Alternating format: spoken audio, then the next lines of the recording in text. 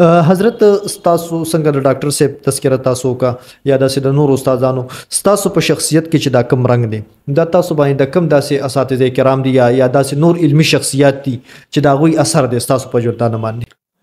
في نفسي ما باندې د کوم شخصیات چې اثر دی هغه کې یو خو امام حجت الاسلام مولانا محمد قاسم نانوتوي صاحب دی رحمت الله علیه د دې کتابونو ما ډېر کتلې دي او د کتابونو کې یو جذابیت دی یو خوند دی بلکې یو ناشنا خبره به تاسو ته وکړم زموږ استادو مولانا سالم قاسمي صاحب د دارالعلوم دیوبند وقف دیوبند محتمم اوس وفات شوی دی دا د حکیم الاسلام قاری طیب صاحب زوی سوچ د دیوبند 50 کاله محتمم پاتې شو او قاری طیب صاحب د شیخ الهند صاحب شاګرد و قاری طیب صاحب وی چې موږ د شیخ الهند صاحب وی چې موږ ته مولانا محمد قاسم نانوتوي صاحب وی چې په امت کې سلور کسان دي کو چرې د دې سلور کسانو تصانیف کون ذهن طالب علم شروع کی دغه حافظه به قوي شي دغه حافظه به تیز شي وی قاسم نانوتوي صاحب فرمایل چې باقي یو شیخ اکبر ابن عربي صاحب دی او دویم شخصیت شاه ولی الله صاحب دی او دریم شخصیت امام غزالی صاحب دی او سلورم شخصیت شیخ احمد سرهندی دی امام ربانی نو مجدد الفسانی صاحب نو دا سلور شخصیات دي بیا به شیخ الهند سے مونږ ته وی قاری طیب سے وی چې زما په نسبت دې شخصیاتو کې پنځم شخصیت پخپله مولانا محمد قاسم نانوتوي صاحب دی چې کونځه نه طالب علم د کتاب شروع کی اب ذهن جوړ شي په د قاسم نانوتوي صاحب په کتابونو کې کیټګری دي بعضی د اسان کتابونه دي بعضی متوسط دي بعضی ډیر مشکل دي زمو مرګري په دې کې مسګایډ شي هغه مشکل کتابونه شروع کینو لې تور شي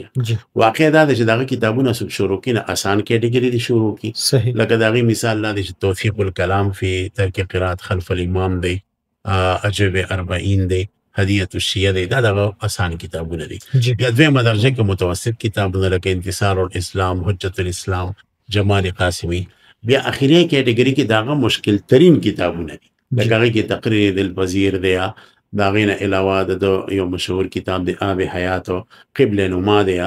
نو دا کتابونه دی انداز سره سړي کول پکار دي نو بیا یو طالب علم ته یو کس ته فائدہ وشي زما شخصیت کې ریم غټه سره دویمه شخصیت چې زه ډیر مینو او هغه سره د ما والهانه محبت وو او دی هغه زبدة المفسرین شیخ المحققین حضرت مولانا محمد موسی روحانی البازی رحمت الله علیه چې د جامع اشرفی شیخ الحدیث او د خپل زمانه مایاناز محقق مایاناز مفسر مایاناز محدث یعنی دا انداز تاسو دینه ولګوي چې دوی لوی محدثو چې د ترمذی شریف شرح تقریبا 30 جلدونه زیاتو کې لیکل دي او دون لوی مفسرو چې د بیزاوی شریف تفسیر شرح د 30 جلدونه زیات لیکل دي او په وړه مسله غټ غټ کتابونه لیکلي لکه دا یو لفظ مونږه تقریر کې استعمالو اما بعد اما بعد هم تور تاسو مونږه هم استعمالو خطبه کې نو په اما بعد یو کتاب لیکل دي النجم السعد فی مباحث اما بعد او د لفظ اما بعد متعلق صرف هغه وجوه اعرابیه یا ترکیبونه یا د ګرامر شکلونه بیان کړي دي نو تقریبا 13,39,740 ترکیبونه کړي صرف د یو لفظ داسې نور ډېر ښه کتابونه د دې کتابونو ما ډېر زیات کتل او زه په ډېر زیات مینو ما نو د دې سړي نظر ته متاثر یم یو زمانه داسې و دا ډېره نادره خبره ده چې د الله تعالی د لفظ الله متعلق د الله د ذات متعلق یو علم ایجاد کړی دی او هغه ته وی علم الجلاله یعنی د لفظ الله متعلق علم د لفظ الله خاصیتونه بیان کړي او دغه کتاب نوم دی فتح الله بخصائص الاسم الله د لفظ الله په دې دوه جلد کتاب کې تقریبا 900 خاصیتونه دي او یو جلد کتاب تقریبا 550 صفحې زه څلورمه درجه کې دا کتاب ما په 350 روپیا واغست زما دوست دارالعلوم حقانیه کې وو ناغه ته مې یار پیسې والا مانه دا کتاب وروړه کتاب ما شروع یعنی دا غي په ډېر اصطلاحات زنه پوهیدم هغه وخت ټول علوم ما ویلی نو په زما وسره ډېر مینه نو ما دا به ګورم نه حواله به مې نوٹ کولې ماته یاد دي چې گاډي کې مو مطالعه کوله نو ما یو د غریب مارکیټ کې مردان کې مشهور مارکیټ ته دلته ما واسکټ جوړ کړو په 950 روپیا باندې هغه زمانه کې نو والي سه مال پیسې راکړي او واسکټ ته وروړه نو زه گاډي کې کېناستم ډاټسن کې او دې طرف تم کس ناس او دې طرف ته ما مطالعه کوله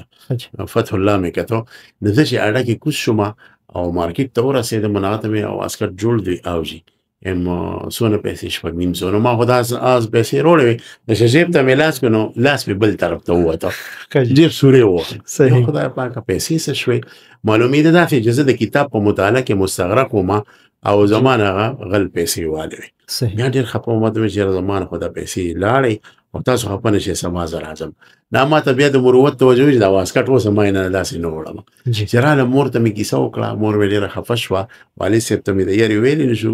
ظاهره ده د مشرانو نه خلک کېرېږي نو ما والد صاحب ته زما والدې ویلي د ده چې سهار راپاڅېد لمونځ وغیره مې وکړو نو مور راته ویل د بالښت دې اوچت کا چې بالښت مې اوچت کړو نو پلار دې پیسې ایښې دي چې ځه بیا لاړ شه واسکټ کوه 650 روپۍ دوباره راکړې او هغه واسکټ ما راوړو